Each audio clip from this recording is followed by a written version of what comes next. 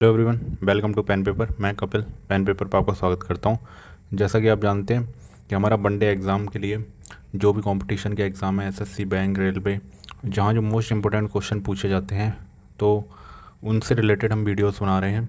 इसमें आज हम देखेंगे वैदिक संस्कृति के बारे में। इसका पार्ट 1 वीडियो है ये।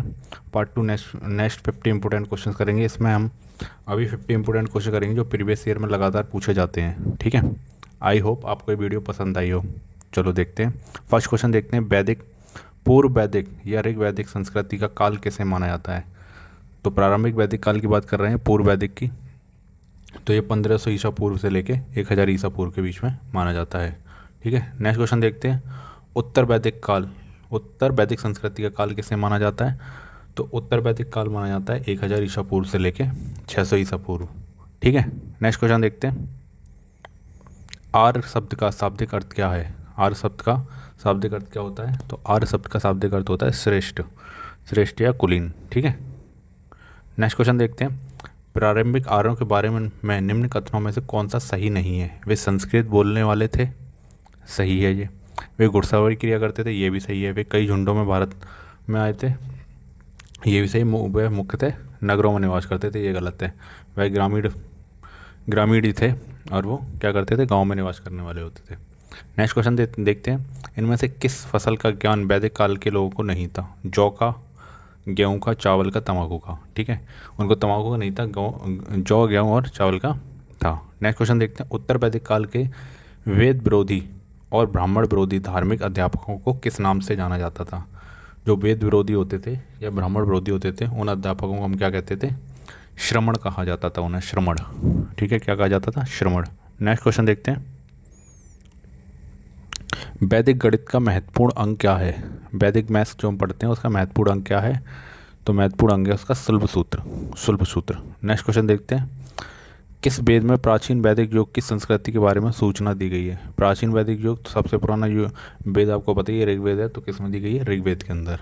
ठीक है, नेक्स्ट क्वेश्चन देखते हैं। निम्न में से उत्तर वैदिक काल में लिखे गए ग्रंथों का सही क्रम कौन सा है? उत्तर वैदिक काल में, ठीक है, सबसे पहले वेद लिखे गए, उसके बाद ब्राह्मण, उसके बाद आरण्यक, उसके बाद उपनिषद। उपनिषद आपका क्या है? उपनिषद आपको क्या है ये आप मेरे को बताओगे। ठीक है, उपनिषद क्या है? दर्शन है, दर्शन। ठीक है, नेक्स्ट क्वेश्चन है। वेदों की संख्या कितनी है? वेदों की संख्या 4 है। ठीक है, ऋग्वेद, अर्थवेद, यजुर्वेद और सामवेद। ठीक है, नेक्स्ट क्वेश्चन देखते हैं। कौन से 3 वेद संयुक्त रूप से त्रयी या वेदत्रयी कहलाते हैं? तो आपके ये हैं ऋग्वेद, यजुर्वेद और सामवेद। ठीक है, ऋग्वेद, यजुर्वेद और सामवेद, और सबसे नया वाला अथर्ववेद नहीं है। ठीक है, इसमें बस इतना याद रखना है। नेक्स्ट क्वेश्चन देखते हैं। भारत के राज चिन्ह में प्रयुक्त होने वाला शब्द सत्यमेव जयते किस उपनिषद से लिया गया है? सत्यमेव जयते किस उपनिषद से लिया गया है? तो 21 उपनिषद से लिया गया, मुंडक उपनिषद। किससे? मुंडक। ठीक है, नेक्स्ट क्वेश्चन देखते हैं। ऋग्वैदिक आर्यों का मुख्य व्यवसाय क्या था? ऋग्वैदिक आर्यों का, ठीक है, ऋग्वैदिक आर्यों का पूछा गया तो ऋग्वैदिक आर्यों का मुख्य व्यवसाय क्या था? पशुपालन, पशुपालन। नेक्स्ट क्वेश्चन है। भारतीय संस्कृति का आदि ग्रंथ, भारतीय संगीत का, ठीक है, संगीत का आदि ग्रंथ किसे माना गया है? तो संगीत जो है सामवेद के अंदर है। संगीत किसमें है? सामवेद के अंदर। नेक्स्ट क्वेश्चन है। प्रथम विधि निर्माता कौन था? तो प्रथम विधि निर्माता आपका मनु था, है ना। विधि निर्माता कौन था पहला? मनु। नेक्स्ट क्वेश्चन है। कृष्ण भक्ति का प्रथम और प्रधान ग्रंथ क्या है? कृष्ण भक्ति का प्रथम और प्रधान ग्रंथ है आपका श्रीमद् भागवत गीता, भागवत गीता। ठीक है, नेक्स्ट क्वेश्चन देखते हैं। ऋग्वेद में संपत्ति का मुख्य प्रमुख रूप क्या था? संपत्ति का प्रमुख रूप क्या था? गोधन। ठीक है, गोधन को प्रमुख रूप माना गया था। ठीक है, जिसके पास गोधन हुआ करता था वही धनिक कहलाता था। ऋग्वेद के किस मंडल में शूद्र का उल्लेख पहली बार मिलता है? तो शूद्र शब्द का जो पहली बार उल्लेख मिलता है ऋग्वेद में वो 10वें मंडल में मिलता है। ठीक है, नेक्स्ट क्वेश्चन है। पुराणों की संख्या कितनी है? तो पुराणों की संख्या आपको पता है 18 है। कितनी है? 18। वैदिक धर्म का मुख्य लक्षण इनमें से किसकी उपासना था? वैदिक धर्म था जो मुख्य लक्षण है इनमें जो था वो था प्रकृति की पूजा करते थे। वो कैसे थे? प्रकृति पूजक थे। ठीक है, प्रकृति पूजक का मतलब बरसात, इंद्रदेव की पूजा करना, गौ माता की पूजा करना, है ना। जो भी इनको कुछ जिससे हमें वैदिक लोगों को फ़ायदा होता था, उसकी वो पूजा करते थे, प्रकृति उपासक थे वो। ठीक है, नेक्स्ट क्वेश्चन है, किस देवता के लिए ऋग्वेद में पुरंदर शब्द का प्रयोग किया गया है? तो ऋग्वेद में पुरंदर शब्द इंद्र के लिए कहा गया है, इंद्र के लिए। ठीक है, नेक्स्ट क्वेश्चन है, शुल्ब सूत्र किस विषय से संबंधित है? तो शुल्ब सूत्र जो है जैमिति से। ठीक है, ये सबसे सटीक आंसर है, बाकी और आंसर भी सही हो सकते हैं इसमें, इसलिए सबसे सटीक आंसर लगाना चाहिए। ठीक है, नेक्स्ट क्वेश्चन है, अस्तोमा सदगमय कहाँ से लिया गया है? अस्तोमा सदगमय जो आपका कहाँ से लिया गया है? ऋग्वेद से, ऋग्वेद से। नेक्स्ट क्वेश्चन है, आर्य भारत में बाहर से आए और सर्वप्रथम कहाँ बसे थे? तो भारत में बाहर से मध्य एशिया से आए थे और कहाँ बसे थे? पंजाब में, भारत के पंजाब में बसे थे। नेक्स्ट क्वेश्चन है, सूची 1 और 2 को सम्मिलित करना है। ठीक है, ये वेद दे रखे हैं और उनमें यज्ञ करता। ठीक है, तो ये ऋग्वेद को पढ़ने वाला होत कहलाता था। ठीक है, ऋग्वेद को पढ़ने वाला होत कहलाता था, अर्थवेद अथर्ववेद को पढ़ने वाला अधर्व्यू कहा जाता था। ठीक है, ऐसे करके। तो ऋग्वेद को पढ़ने वाला कौन होता था? ऋग्वेद को पढ़ने वाले आपके होत कहा जाते थे, और यजुर्वेद को पढ़ने वाले अधर्व्यू कहा जाते, सामवेद को पढ़ने वाले उदाता, और आपके अथर्ववेद को पढ़ने वाले ब्रह्म कहा जाता था। ठीक है, ब्रह्मा। सबसे नया वेद कौन सा है? अथर्ववेद। ठीक है, नेक्स्ट क्वेश्चन है, वेदों को अपौरुषेय क्यों कहा गया है? अपौरुषेय यानी पुरुष के द्वारा नहीं लिखा गया है, यानी वेदों की रचना भगवान के द्वारा की गई है, ऐसा माना जाता है, देवता के द्वारा करी गई है, इसलिए इसको अपौरुषेय कहा जाता है। ठीक है, नेक्स्ट क्वेश्चन देखते हैं, वैशेषिक दर्शन के प्रतिपादक कौन है? तो वैशेषिक दर्शन के प्रतिपादक हैं उलूक कड़त। नेक्स्ट क्वेश्चन देखते हैं 28, मीमांसा या पूर्व मीमांसा दर्शन के प्रतिपादक थे? तो मीमांसा और पूर्व मीमांसा दर्शन के प्रतिपादक जो थे वो थे आपके जैमिनी। नेक्स्ट क्वेश्चन है, वेदांत और उत्तर मीमांसा दर्शन के प्रतिपादक। ठीक है, वेदांत और उत्तर मीमांसा के प्रतिपादक कौन थे? वादरायण। ठीक है, नेक्स्ट क्वेश्चन देखते हैं, ऋग्वेद का कौन सा मंडल पूर्णतः सोम को समर्पित है?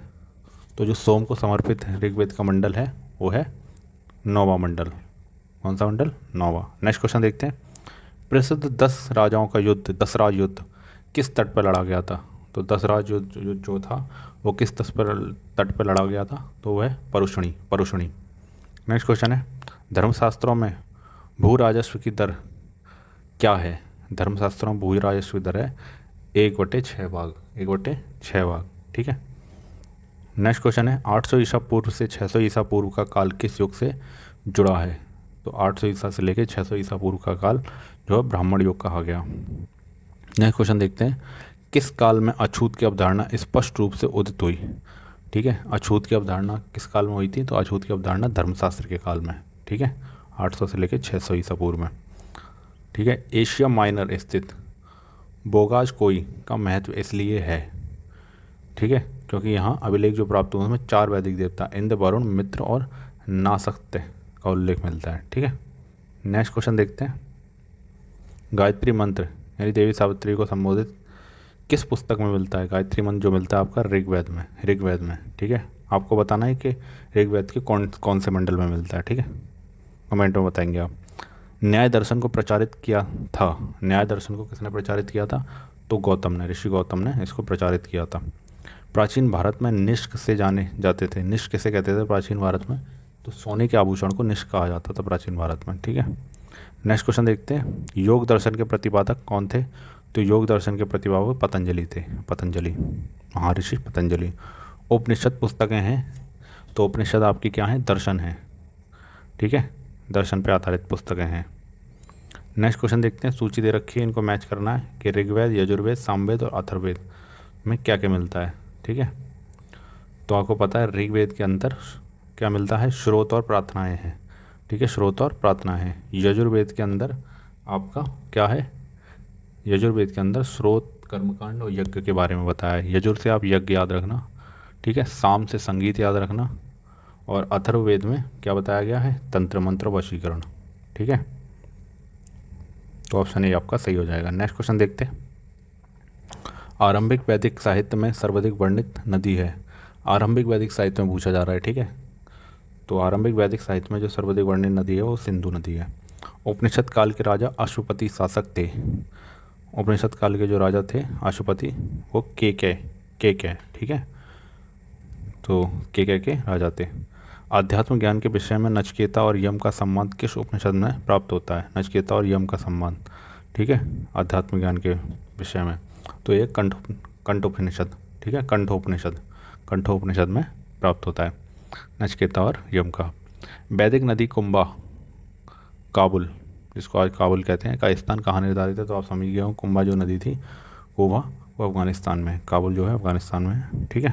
नेक्स्ट क्वेश्चन देखते हैं। कपिल मुनि द्वारा प्रतिपादित दार्शनिक प्रणाली है, कपिल मुनि द्वारा जो दार्शनिक प्रणाली प्रतिपादित की गई थी उसका नाम था सांख्य दर्शन, ठीक है। नेक्स्ट क्वेश्चन देखते हैं। भारत के किस स्थल की खुदाई से लौह धातु के प्रचलन के प्राचीनतम प्रमाण मिले हैं? तो लौह धातु के प्रचलन के प्राचीनतम प्रमाण मिले हैं आपके अतरंजी खेड़ा से, ठीक है। निम्न में से किसका संकलन ऋग्वेद पर आधारित है? ठीक है, किसका संकलन ऋग्वेद पर आधारित है? तो ऋग्वेद पर आधारित है आपका सामवेद, ठीक है, सामवेद। नेक्स्ट क्वेश्चन देखते हैं। निम्न में से कौन सा प्रस्थान त्रयी में शामिल नहीं है? प्रस्थान त्रयी में शामिल नहीं है तो भागवत नहीं है, ठीक है, भागवत नहीं है। नेक्स्ट क्वेश्चन देखते हैं। कर्म का सिद्धांत संबंधित है, कर्म का सिद्धांत किससे संबंधित है? मीमांसा से, ठीक है, मीमांसा से।